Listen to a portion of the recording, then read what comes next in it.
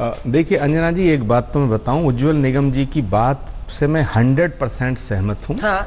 दूसरी बात यह है कि उज्जवल निगम जी और एजेंसी और राकेश मारिया जी का जो एक ये बयान दिखाया जा रहा है, अगर थोड़ी देर को मैं ये मान लूं कि वो मर गया, ये कसाब को मार दिया जाता, हाँ।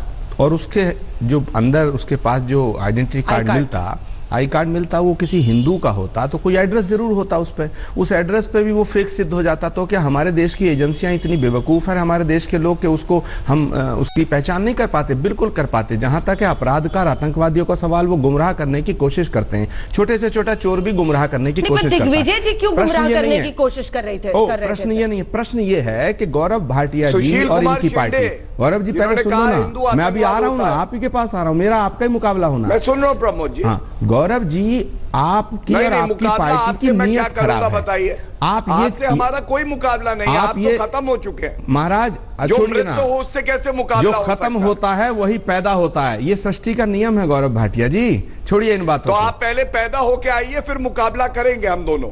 ये दंभ और ये अहंकार ही तुम्हें ले डूबा। आप तो आपको तो ये दंभ और अहंकार आपको ले डूबा, दिल्ली के चुनावों में ले डूबा। छोड़िए, मेरी बात सुन लीजिएगा ना, come to the point. Gaurav Bhatia आप सुप्रीम कोर्ट के वकील हैं, वरिष्ठ वकील हैं, इतनी तहजीब और तवक्को, संस्कार, संस्कृति होना चाहिए। मुझे सुन तो लो, सुन लो ना, मैं तो आपकी प्रशंसा कर रहा हूँ। ये सवाल पूछ रहा हूँ, मेरा सलाम जो है आपको सवाल पूछने का अधिकार नहीं है। मैं सवाल करूंगा, आप जवाब दीजिएगा। आप सरकार है, आप सरकार है, सबने ये कहा है, आप सरकार है। छोड़िए, बताइए गौरव भाटिया जी, हमें आपकी वर्किंग पसंद नहीं है, हमें आपकी नीयत पसंद है। आप ये बताना चाहते हैं देश को कि राहुल गांधी कांग्रेस पार्टी आतंकवादियों की पार्टी है, पाकिस्तान सपोर्ट करती है। अरे जिस परिवार ने इंदिरा गांधी और राजीव गांधी को आतंकवाद के हाथ खोया, आप उस पार्टी के नेताओं को, उस पार्टी के नेताओं पर यह आरोप लगाना चाहते हो कि वो आतंकवादियों के साथ मिली हुई है? दोबारा कहता हूं, क्या मुझे ये बताइए, राकेश मारिया ने ये कहा, गौरव भाटिया जी मेरी बात को पूरी करने दी, लेट मी फिनिश, पूरा करने दीजिए, पूरा करने फिनिश।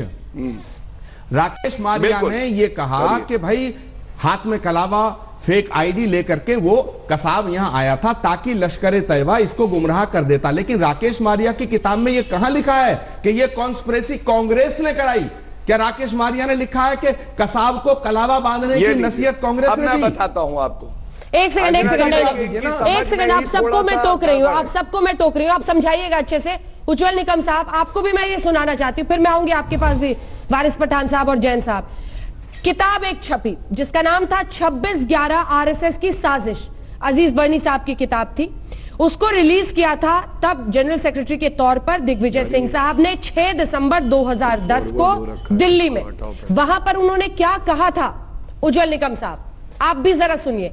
यहीं से इस पूरे प्लॉट का कॉन्टेक्स्ट आता है कि कैसे सियासी इस्तेमाल या फिर गुमराह करने की कोशिश की गई। सुनिए, आप इसको सुनाइए एक बार। Nowhere in this book or nowhere in Mr. Mushrif's book you will see the involvement of the Pakistani terrorists in 26/11. Nowhere in this book or nowhere in Mr. Mushrif's book you will see the involvement of the Pakistani terrorists in 26/11. आप Pakistani terrorist का involvement 26/11 में इस किताब में कहीं नहीं देख सकते हैं। ये कह रहे हैं वो निकम साहब। दिग्विजय सिंह, किताब लिखी किसने? अजीज बर्नी साहब।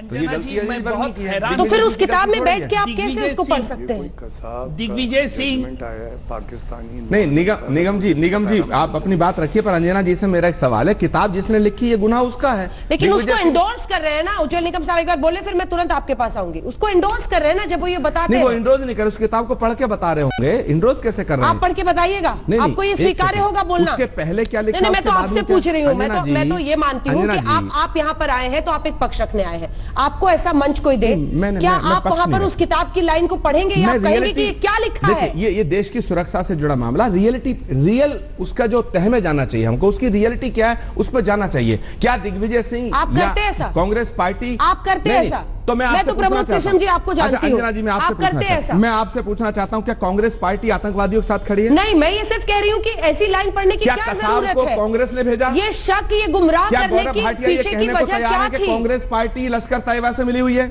अब देखिए आप इसको कहीं और ले जा रहे हैं। मैं तो ये बोल रही हूँ कि गुमराह करने की क्या कोशिश थी। एजवार निकम नहीं, मैं चाहती हूँ कि न्यूट्रल इस पर पहले ओपिनियन आए, उसके बाद मैं आप दोनों के पास आऊं। पहली बात, सनातन धर्म हमारा एक चींटी को मारने की अनुमति नहीं देता, वो आतंकवाद को पनपने की अनुमति कैसे दे सकता होगा? लेकिन अगर कोई आतंकवादी, जहां सुनिए गौरव जी, सुनिए गौरव भाटिया जी, सुनिए ना, इस देश में पंजाब में कई दशक आतंकवाद झेला।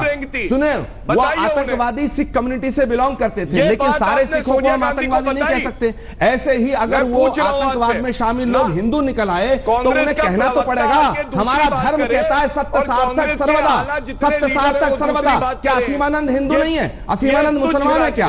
प्रज्ञा ठाकुर मुसलमान है क्या? सुनील डांगे मुसलमान है क्या? सुनील जोशी मुसलमान है क्या? जिन्होंने इंदिरा गांधी की हत्या करी वो मुसलमान है क्या? जिन्होंने राजीव गांधी के टुकड़े किए वो मुसलमान है क्या? अगर ये आतंकवादी किसी धर्म से ताल्लुक रखते हैं और उनको कहना, ये कौन सा हिंदू धर्म को बदनाम करने की बात हो गई? भवन से निकलिए। अरे गौरव भाटिया जी, आपसे बड़े हिंदू हमें यार, आपसे बड़े हिंदू हमें। आप कब के हिंदू हो गए? आप कौन से हिंदू हो गए? हिंदुओं के लिए आपने क्या कह दिया? आप कौन से हिंदू हो गए? हिंदुओं के नाम पर राजनीति करी आपने।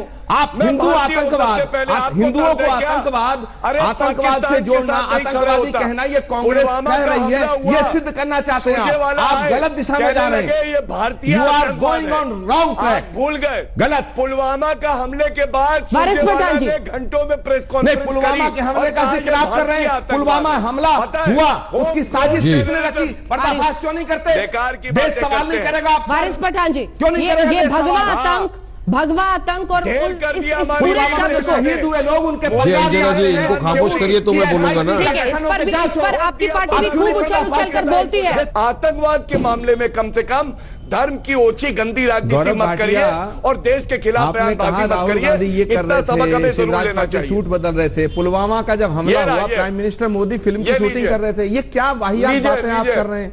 आप जवाब दीजिए ना। फिर झूठ बोल रहे हैं। आप तो वकील हैं बाबा। अरे पॉइंट टू पॉइंट बात करिएगा। बाबा जी आंखें बंद नहीं, मेरे करिए, सवाल का जवाब आप नहीं दे रहे हैं। जैन साहब ने जो कहा, राहुल गांधी, अभी अंजना जी ने 3 बार ये बात कही कि भाई ये गंभीर सवाल है। आपने एक भी बार गंभीरता संजीदगी से जवाब नहीं दिया। पाकिस्तान में जो सब बोलते हैं मोदी जी को हटाने की बातें करते हो। ये देखिए, नहीं ये ऐसा नहीं चलेगा, ऐसा नहीं चलेगा। अच्छा लड़ाई झगड़ा छोड़िए ना, मुझे 10 सेकंड देंगे क्या? बिल्कुल, मुझे 10 सेकंड। ठीक है, अब सुनिए, गौरव जी रुकिए 1 सेकंड प्लीज। मैं जिम्मेदारी से 2 बात करना चाहता हूं। पहली बात, समझौता ब्लास्ट हुआ जिसमें लगभग 70 लोगों की जान गई, जिसमें 16 बच्चे भी शामिल थे। अजमेर ब्लास्ट हुआ, मक्का मस्जिद ब्लास्ट हुआ, मालेगांव ब्लास्ट हुआ। एनआईए ने इनको इन्वेस्टिगेट किया। हेमंत करकरे जो आतंकवादियों से लड़ते हुए शहीद हुए, उन्होंने भी इसको इन्वेस्टिगेट किया और उन सब ने कहा कि साहब इसमें ये लोग आरोपी हैं। तो मैं गौरव भाटिया से बड़ी जिम्मेदारी से ये पूछना चाहता हूं कि क्या हेमंत करकरे की इन्वेस्टिगेशन गलत थी?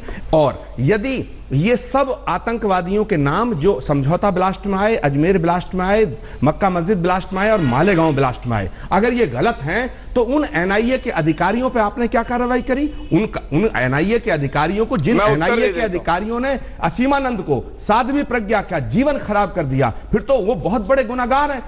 उन पर कार्रवाई होनी चाहिए, क्यों नहीं की? तीसरी बात, अगर ये ब्लास्ट असीमानंद ने, प्रज्ञा ठाकुर ने और सुनील जोशी ने और डांगे ने और कर्नल पुरोहित ने यदि मिलकर के नहीं कराए, गौरव भाटिया सुनो, नहीं कराए तो किसने कराए? क्या 6 साल से तुम्हारी सरकार की जिम्मेदारी नहीं है कि इतने बड़े बम ब्लास्ट जिसने कराए वो देश के सामने आना चाहिए? हिंदू मुसलमान, हिंदुस्तान पाकिस्तान, अरे भाई कुछ शर्म करो, कुछ कायदे की बात करो। मुझे जवाब दीजिएगा इन तीनों बातों का। शर्म किसकी करने? नहीं करिए ना, मुझे आप बताइए, हेमंत करकरे ने जो इन्वेस्टिगेशन किया, क्या वो गलत था?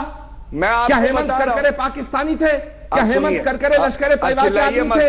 हेमंत करकरे शहीद हैं। आचार्य साहब गुस्सा मत होइए, अच्छा नहीं है सेहत के लिए। अरे हमारी सेहत, गुस्सा मत होइए, अच्छी रहे, इससे क्या है? देश की सेहत खराब मत करिएगा, राजनीति करिएगा।